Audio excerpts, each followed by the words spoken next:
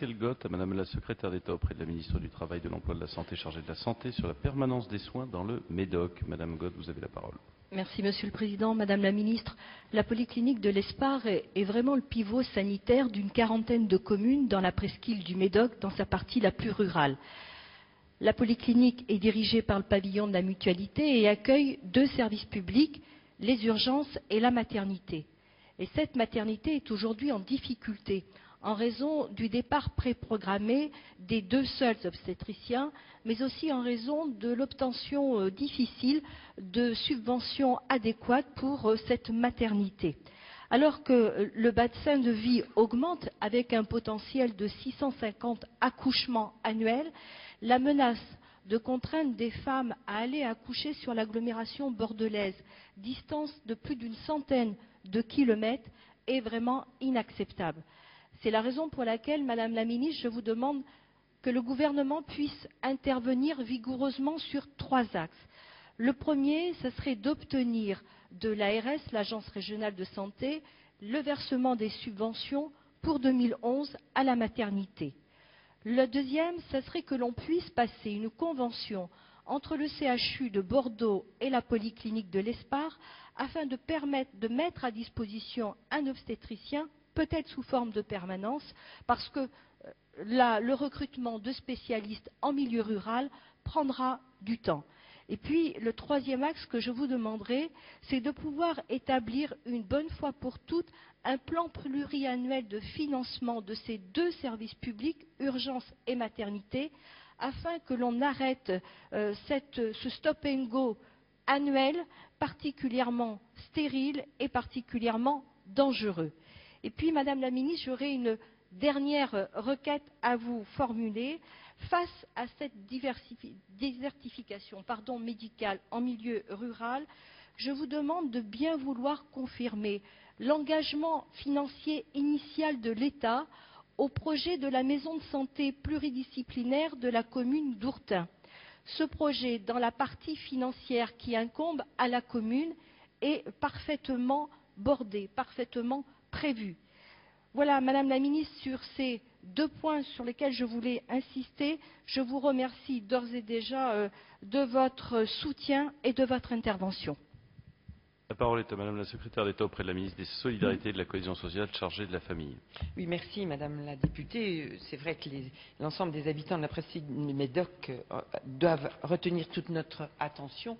Et je vais essayer de répondre, évidemment, à l'absence de Nora Béra, qui m'a prié évidemment de vous transmettre sa réponse. La permanence des soins, tant ambulatoire qu'en établissement de santé, fait l'objet de toute l'attention du gouvernement, mais ça n'est pas une découverte. Depuis longtemps, nous sommes très sensibles à cette offre de soins. Mais la fragilité de l'offre de soins de premier recours de la presqu'île du Médoc, en Gironde, a bien été identifiée par l'Agence régionale de santé d'Aquitaine à l'occasion de l'élaboration du volet ambulatoire du schéma régional de l'organisation des soins, avec notamment une présence de généralistes libéraux inférieure à la moyenne départementale. 9 pour 10 000 habitants contre 12 en moyenne sur notre territoire. Donc en conséquence, l'Agence régionale de santé d'Aquitaine, en étroite collaboration avec l'ensemble des partenaires, notamment collectivités territoriales, puisqu'elles y sont toutes impliquées, ont reconnu l'opportunité du projet de maison de santé pluridisciplinaire d'Ourtin, que vous avez signalé, dans le cadre du plan national d'équipement des maisons de santé en milieu rural. Il a été ainsi sélectionné au titre des objectifs 2011 et bénéficie notamment de financement de l'agence à hauteur de 50 000 €, dotation plafond pour un tel projet dans le cadre du plan national. Donc l'investissement est total. Alors des difficultés de financement, vous l'avez fait remarquer, ont cependant émergé en raison de la situation financière de la commune d'Ourtin. Et une réunion rassemblant l'ensemble des cofinanceurs du projet est prévue courant du mois de février. Donc nous sommes au 2 février, je pense que d'ici quelques jours la réunion aura lieu. S'agissant de la polyclinique mutualiste de l'Espar dont vous parliez, elle joue également un rôle clé dans l'offre de soins de proximité offerte à la population du territoire. Elle envisage d'ailleurs de mettre en place des consultations avancées au sein de la maison de santé d'Ourtin.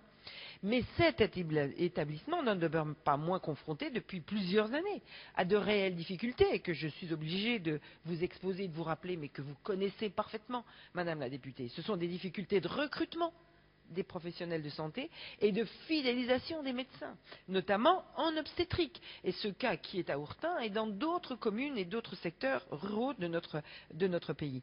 Et c'est aussi ce que j'appelle, moi, le problème d'attractivité des territoires et de déficit chronique que son appartenance aussi à la mutualité qui a justement permis d'endiguer. Alors face à ce constat et compte tenu du rôle clé de cet établissement dans l'offre de proximité qu'il convient de sécuriser et de pérenniser, vous avez dit le kilométrage, j'ai bien entendu, l'établissement fait l'objet d'un suivi régulier et attentif par l'ARS. Un contrat de retour à l'équilibre a d'ailleurs été signé pour la période 2008-2012 avec un soutien financier constant de l'ARS. Soyez certaine, Madame la députée, que l'engagement de l'État à poursuivre cette action afin de garantir à l'ensemble des habitants de la presqu'île du Médoc le maintien d'un accès à des soins de proximité de qualité et notamment avec la maison de santé d'Hourtin et la polyclinique mutualiste de l'Espar. Cette problématique, elle est évidemment évidente et c'est ensemble que nous allons la réduire parce que c'est un vrai problème de désertification des obstétriciens eux-mêmes. Mais bon, là, je me souviens quand même qu'il y a eu en son temps un président qui avait réduit les quotas en quelque sorte de médecins obstétriciens.